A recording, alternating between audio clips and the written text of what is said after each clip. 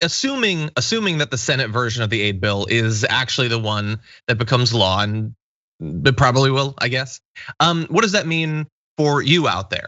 And we're gonna make a few assumptions about who you is, but assuming that it does get passed again in the House, this new version, and they're able to reconcile the differences and all of that, it should be signed within a week.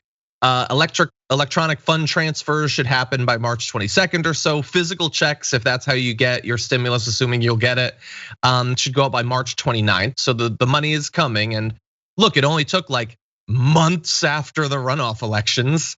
But anyway, all of this aid, what effect will it have on people? So the Washington Post put together a couple of interesting little comparisons of the different aid packages and how they've affected different sorts of people. So as one example, they have a family of 4 in Massachusetts in which one parent lost a job. So they have overall, all of the different aid packages together would give that family of 4 about $66,000. And you can see that a lot of that comes in the one that has just passed, including the child tax credit, a lot of money that's coming from unemployment insurance, which will be extended, although not at the levels that they had been talking about for literally months, and then the direct stimulus payments as well to the various parts of the family. Now, if you're not a family of 4, for instance, a single job loser in Tennessee would get around $44,000. And for them, in this most recent round, a lot of it is coming from, again, the extension of unemployment insurance, a little bit from the stimulus payments. But when we talked earlier about that this would lower poverty by 30%, according to some think tanks or whatever, I mean, in practice, that's what it looks like. That's a person who, in theory, could have lost their job,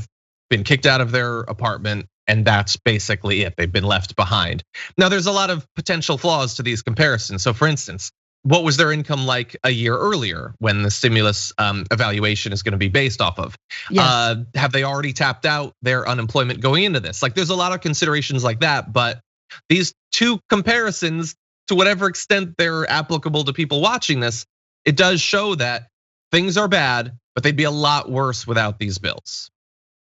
Yeah, and I believe that it lifts some of the restrictions on extended unemployments that were in the original CARES Act. So under Trump, there was like, if you have employ 50 or more people, something like this, basically allowing giant corporations to skirt some of these regulations. And left a lot of people in the middles there, sort of folks who maybe didn't qualify for like a leave package or whatever, if they got laid off, severance. That's what it is. It's been so long since I had a full-time job. Leave package. If they didn't qualify for severance and they were unemployed. So this really does step up, and unemployment applies to so many more people. So even if you think that you're not qualified for unemployment, double check, because I believe that this bill really does expand that, and you might very well qualify. Exactly. I'm sure there's gonna be a lot of questions still that haven't been answered. Feel free to send them in. We will try to get people additional information as we go on through the week.